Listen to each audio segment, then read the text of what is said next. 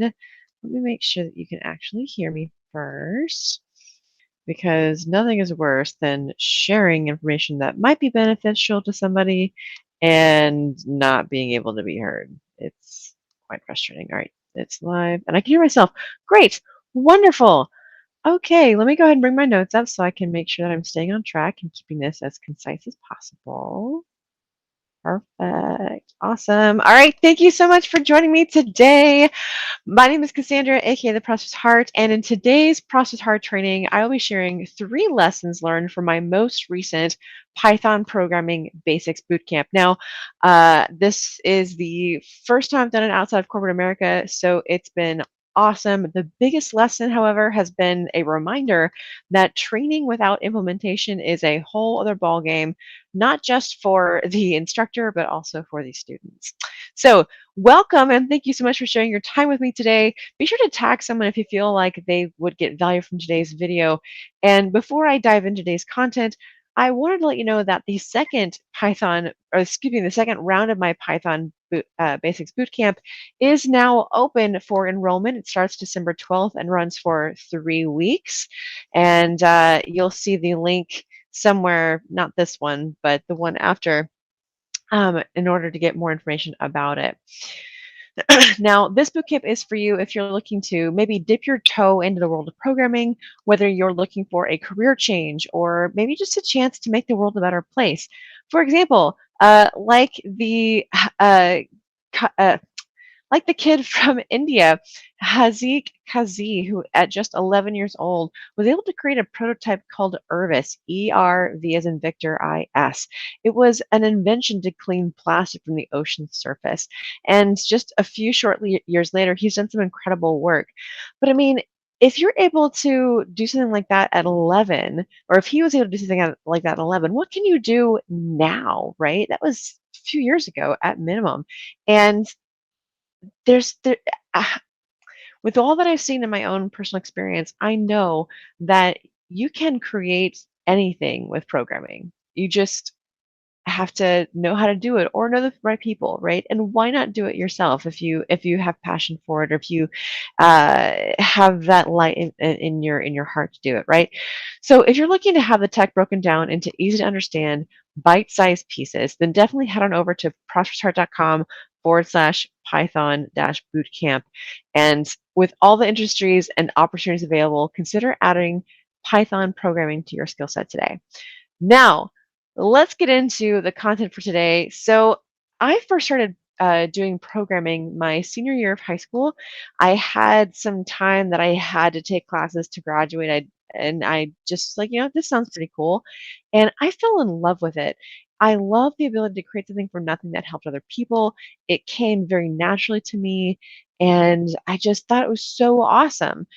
And working in tech when I was at Cisco, I saw the road of the company going from hardware to software with this internal system that they were doing to automate ticketing systems, right? And what I mean by that is they would get logs from their customers, and this system was able to not only pinpoint what was going on with the current one, but potentially be proactive with maybe some major things that were going on with a particular version or something, right? So there was that. They also had their data analytics organization that worked with projects and helped create education for data scientists and all kinds of really great things. And I was like, you know what? This is amazing. And all of the wonderful things, what could people do with this type of information? I saw a world where support could grow their skill set and make their work lives easier, right? Including myself. And so over my 7 years or so at working at Cisco, I started something called Coding Hour. Basically, every 2 weeks, we had either myself or somebody come on to talk about either how to do something in a programming language or what they were currently working on for their own degrees or for their own side projects or their own work within Cisco. I also had the opportunity, pleasure, and honor to be able to present at 2 different conferences and became a Python trainer and speaker, mentor at Cisco as well. And so that's why I started doing this Python bootcamp. I really feel like what I know and my experience and the information that I have can be beneficial to others. Can you learn the same thing somewhere else? Most of it, yeah. The actual how to for programming you can learn anywhere. Udemy, YouTube, Coursera, like the list could go on. But what I have to share is based on my experience. It's based on the fact that I have already been a Python trainer and mentor to literally thousands of other people, and I want to be able to provide that to you as well. So here are the three lessons learned from the very first Python Basics Bootcamp that I have done outside of corporate America. The first lesson is what I can teach in 1 hour, which is what I taught like several times over, um, requires far more time to actually not only share the information, but also provide implementation time, um, questions, things like that, and to and that my original intention of spreading it out over spreading from 1 hour to 3 hours once, or 1 hour three times. Hold on. 3 hours spread over 3 weeks. There we go. That was a good first step, but it wasn't quite right. The very first week, for multiple reasons, it actually went 3 hours. And this would have been, I mean, it was great actually. The students got their questions answered. They were able to get them started and to have Python installed and things like that. But it let me it let me know, or let me see that there are other things that I can do to make this an easier process for my students, like having a training on how to actually install Python.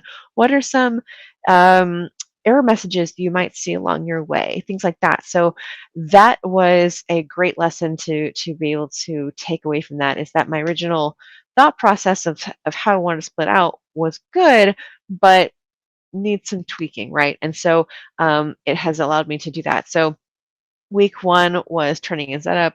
Week two was well, I don't need to go into that, but basically, like I said, the lesson I learned was giving more time to my students who actually are implementing, not just soaking in the information, does require more time, and so I'm going to be implementing more of that into the next round of this.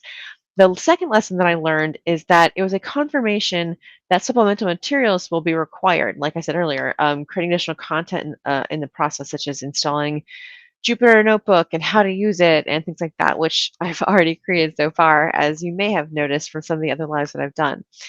Now, um, oh, I see that there's some statements. Thank you so much. Hello and welcome.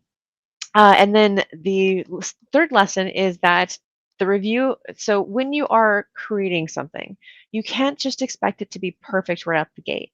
And when you are changing something, maybe it's for example, in marketing, maybe you're changing your audience, or maybe you're changing your copy or whatever, you have to give things time to um, not necessarily ruminate, but time to optimize. There we go. Time to optimize, time to see what works, what doesn't, get feedback, right? So there's a specific loop that is required in order for you to really do the most with what you have and be better about how you do it, right? So review of your current processes, consistent improvement based on results, and feedback are all essential for growth. So that's the third lesson, right?